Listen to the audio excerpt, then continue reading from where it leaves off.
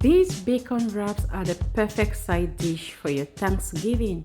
Just imagine you having the bacon wrapped on asparagus on your dining table.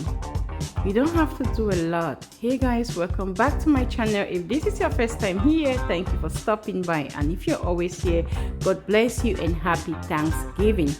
So for your side dish, you have your bacon wrapped in asparagus vegetable.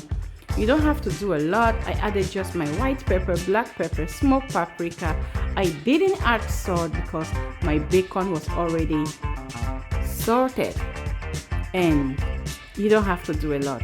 Make sure you wash your vegetables very well. Cut the ends. See, you're gonna enjoy your vegetables and the bacon you've been craving for.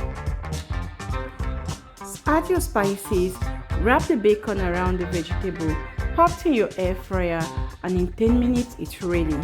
You have a crispy bacon and a soft asparagus vegetable. Like, it's the perfect side dish for your Thanksgiving. Happy Thanksgiving. May you find love, peace, gratitude, warmness, like as you gather around that dinner table. May God bless you all. Just follow the recipe. It's simple. May you stay blessed. Thank you, guys.